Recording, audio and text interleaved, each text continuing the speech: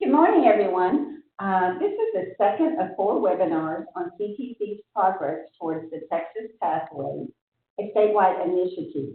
Dr. Garrett presented the first webinar, which provided an overview of the Texas Pathways Initiative. And the next three webinars will go over the four pillars. And this morning we have Professor Ellen Falkenstein and Dean Julie Starkey and Associate Dean Eva Hutchins, who will go over the first two pillars. For right now, what we're going to do is we are going to actually formally start the session at 7:35. So if you're having problems with the sound or whatever, just go ahead and try to, correct that so that we will be able to start right at 7:35. Thank you.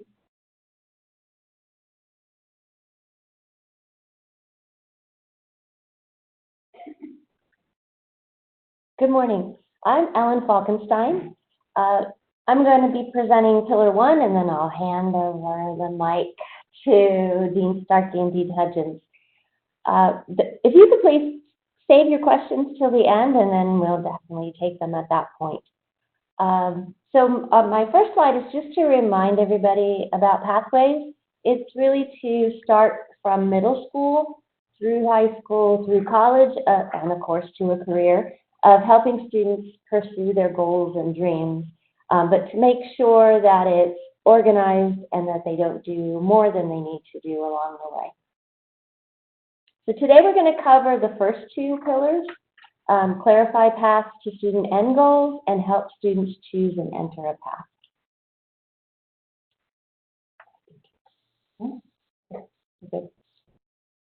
Okay, so we have lots going on with Pillar 1. Over the last 2 years, the CTC has been looking at all of our programs, degrees, certificates. They've been analyzed, updated, redesigned, and of course that means working with both the high school and universities and industry to do that. I'm going to talk about these, but we have a stackable certificates, we have Field of Studies, of course, which is a Texas initiative, and then we have our paths to industry and transfer. So on the website, and I'll show you where in a few minutes, we have these really nice pathways maps. This is one for welding, and it shows you that we have these stackable certificates. So the first one is certificate level 1. Actually, the first two are level 1. And on those, it will show you your career options along the way. And so what's great about stackable certificates is that you can work, once you get one, you could be working and still working on your associates or all the way through your bachelor's. Also, there's no wasted classes. All of these classes work their way up to the associates and then over to the bachelor's. So this is for the industrial tech area, office tech area. Then we also, on the next slide, we have for the degrees that are going to transfer. So with these, we still show the career options, but it's technically stackable, but it's not certificates. So you finish the whole associates with us at CTC, and then you transfer that to a bachelor's, and of course you can go on from there. Okay. So for fields of study, this is actually dictated from the state. What's great about this is that we're working with all of the universities, the public universities in Texas. And so it's a block of classes that are guaranteed to transfer. The website is working on getting all of our degree plans so that students can see what's field of study and what's core. We have articulation agreements with over 20 universities, and of course we're working on more. We have Texas A&M Central Texas, of course, Texas State, UNHB, more to come. And then we're also working with the North Texas Community College Consortium so that we can map all of our degrees and degree programs from the community colleges to the universities. This is a big initiative. Some of our achievements, we're collaborating with Texas A&M with business and with engineering. And so you can get your whole bachelor's degree for less than $20,000 by working with CTC and with Texas A&M. We're also adding new programs. One of them is robotics. We're very excited about that one. And I think fall 20 that's going to start.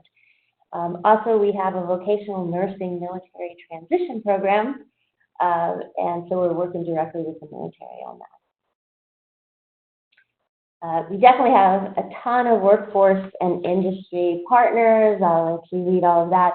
We are always working to get more, but the CTC advisory boards are really important for us because we're able to talk to industry and find out what our students still need, or what we're missing, or if we need to change curriculum. So that's a very important thing that we do here at CTC. So I did want to show you our changes to the website. If you have a student who's confused about what path to go on, or wants to learn more, or if you want to learn more, on the website, up in the top right corner, there's a little blue box that says Explore Academic Programs. If you click on that, you will get our new Pathways video. Please go watch that. We're not going to be able to bring it up today. We don't really have time. But that is right on the front. And then all of our areas of study are listed. So my next page shows all 6 areas of study. We've taken all of our degrees and certificates and put them into each of those clusters. So all of them have information on this page. We're going to skip the video today. So once you click on an area of study, then you're going to see all of the different degrees and certificates. So it is not just associates. We've got all kinds of other information on there also. Once you click on any of those, then you get even more information. So this is for the nursing. We have a video. Usually we have students involved in that video. We also have careers, potential earnings, market growth rates, so that students can see what they could make, because that's very important to them, and they can see different careers for that path. We also have those pathways maps. We have a link to that, the ones that I showed you earlier. They can get in and see degree and certificate information. They can see the degree plan itself and which classes they have to take, and also contact information. This is just shows you, this is for math. It shows you some different careers that you could have. You've got actuary, they make a lot of money, send people that way. We've got high school math teacher, operations research analyst. So all of the departments have worked very hard to provide all of this data to the students. So now, one of the really big things we're going to work on Pathways for the next 3 years, because we've signed on for 3 more years of Pathways, it's not going away, is the communication. Because we have found out that even though we think we're providing lots of information and we're communicating, it's not always getting through the way that we wanted it to get through. So we're going to do surveys, focus groups, usability studies, so that we can make sure that this information is getting to everybody. Another big thing with Pathways right now is equity. So we have to make sure that families where the student is the first time in college and their families don't have the higher education experience to help them, that they also can understand all of our information.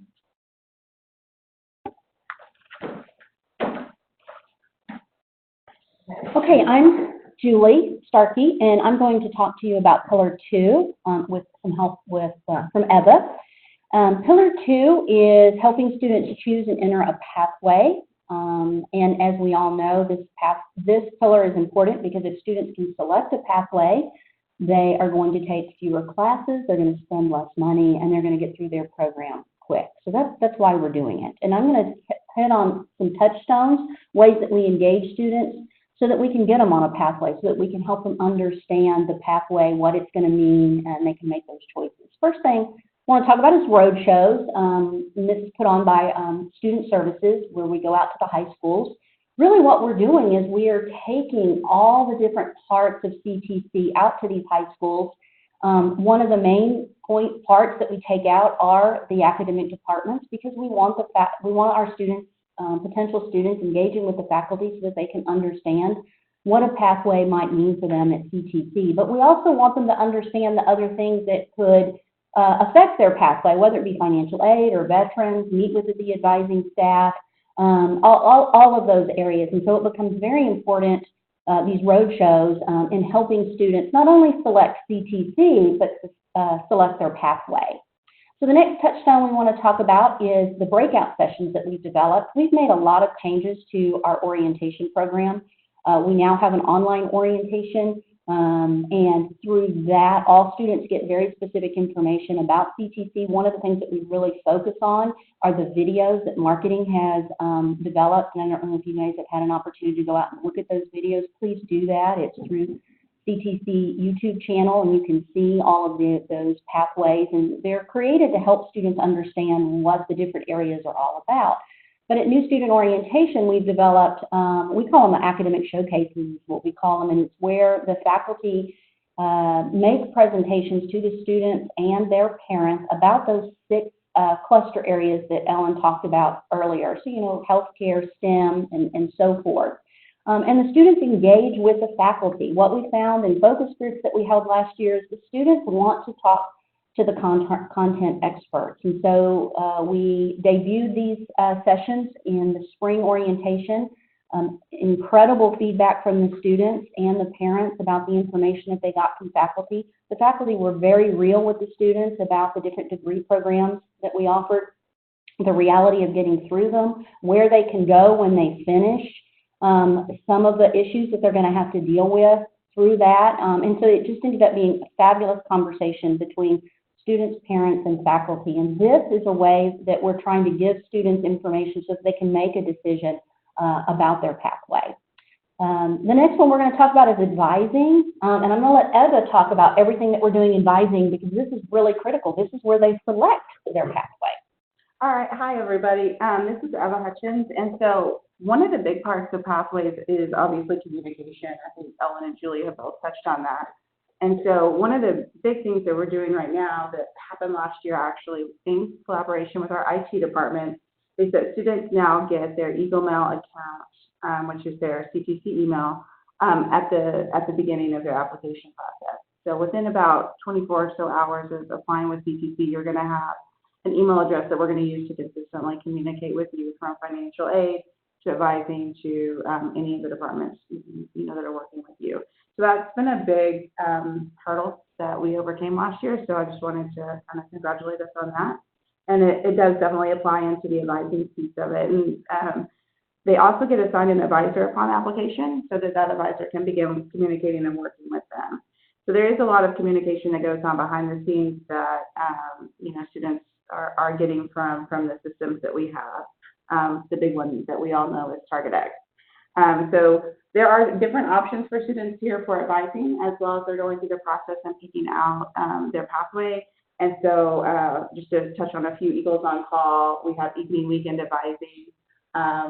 This year we began with establishing an advisor in the Veterans Services Center over in Building 111. So that's a big gain for those students, because they have somebody to work with them where they're at and where they're going, to talk to people about their benefits. We've also been doing various pop-up advising in different locations around campus, and not listed but very important is our K Advising Center, which is for our office technology and industrial technology students. So especially within those programs, it's critical that they stay on that path and take that class in the right order. So those advisors are stationed down there to help them through that process. Julie's area also has career services, so there's a lot of referrals that happen between advising and her area for helping the student, if they're undecided, pick out their program. Another state mandate that we've been tasked with is to check in with students both on the dual credit and on the on our side, on the college side, at certain points within their progress. So at 15 semester hours and 30 semester hours, just to make sure that they're still going towards the correct goal, they're taking the right classes towards that, so checking in with them at that point. Different campaigns that have gone out over the past semester or so that you may have seen on social media. We did a big push for spring 2020 registration. over the fall before we left for the break, talking about getting your ducks in a row. So it definitely falls right in there with the pathways. We want you to stay on path. We want you to complete the courses and finish up the degree. So that's, you can go to the next slide. So those are just some of the flyers from that.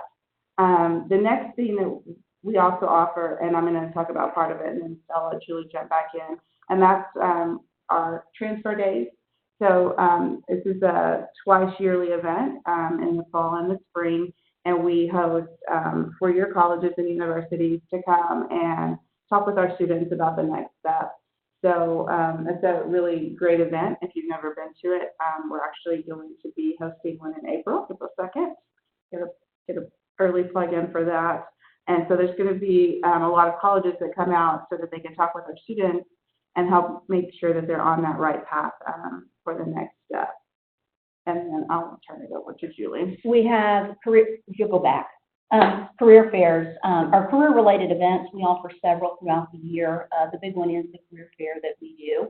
These are important because, as Ellen mentioned, the pathway doesn't just involve what happens while a student is here at CTC, but they have to have a plan for where they're going and what they're going to do after they complete their degree. That is part of their pathway. That's why our transfer fairs, our career fairs, everything that we do related to these two areas are so important. And also what we want to do is a lot of times students get invited to these events the semester that they're graduating, and we would really like them to attend these events their first semester and work these events so that they can understand if they are transferring, what kind, where are the opportunities, what kinds of electives should they be doing. If they are looking on the career side, where might I get an internship?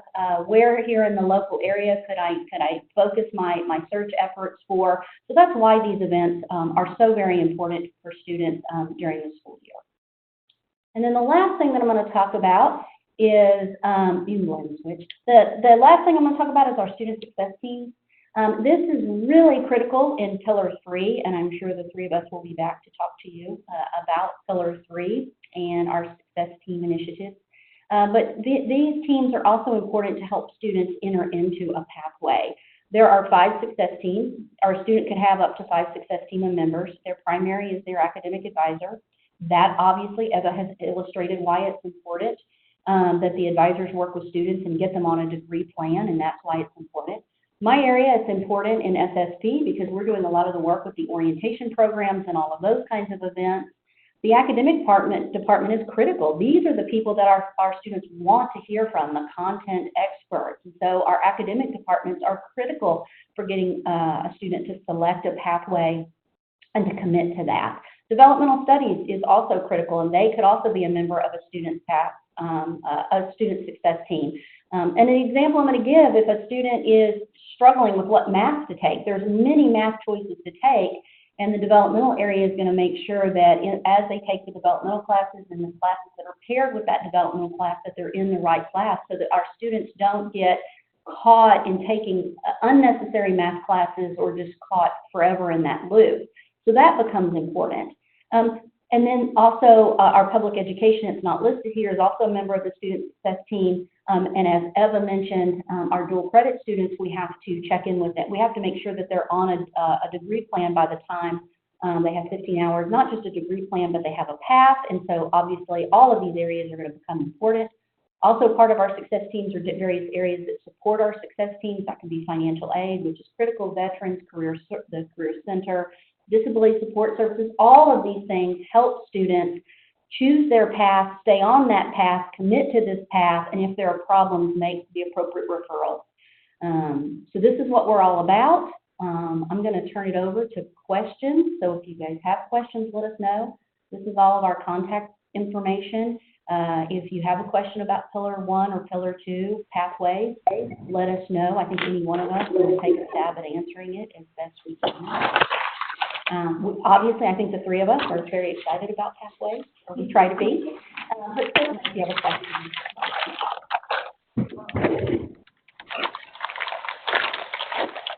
Okay, I think we have.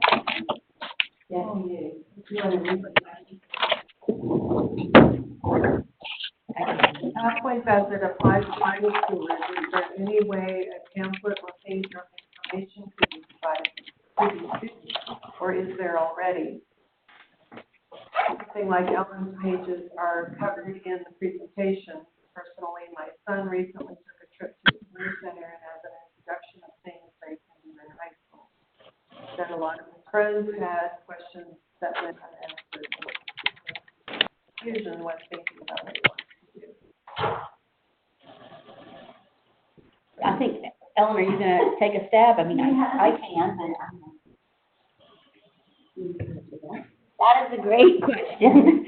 That is one place where we're still really trying to work with the ISDs with the middle school.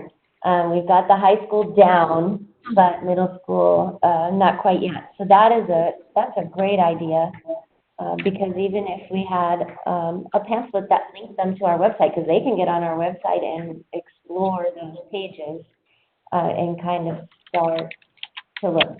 So thank you. I'll add that to my list.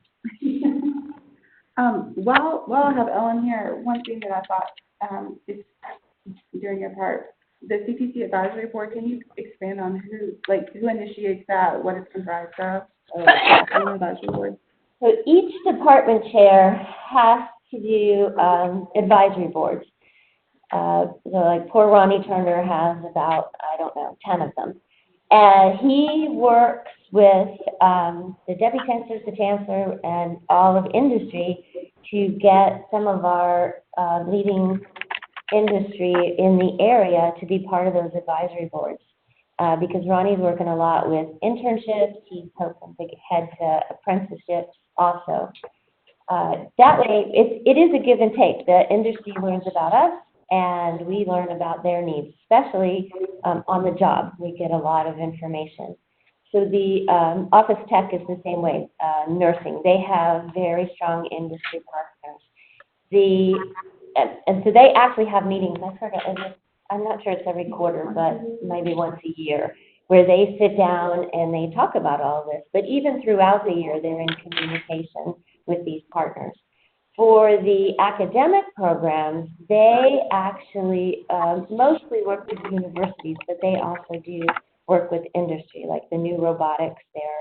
They're working with industry. It really just depends on the program. The fine arts, they work with some of the areas. What is that? The digital. Yeah, who puts on the plays in Killeen? Viva la Viva la Arts. There you go. Thank you very much. Had a moment there. So it really just depends on the program, but all of the programs do have that advisory board. And then that's part of we do report all of that to SAC COC as well, that we're out there and we're revising our curriculum as needed. Thank you all for joining us today. We will be sending out an invite for the next session. If I'm not mistaken, it's February 12th. So please join us again in February. You all have a great day.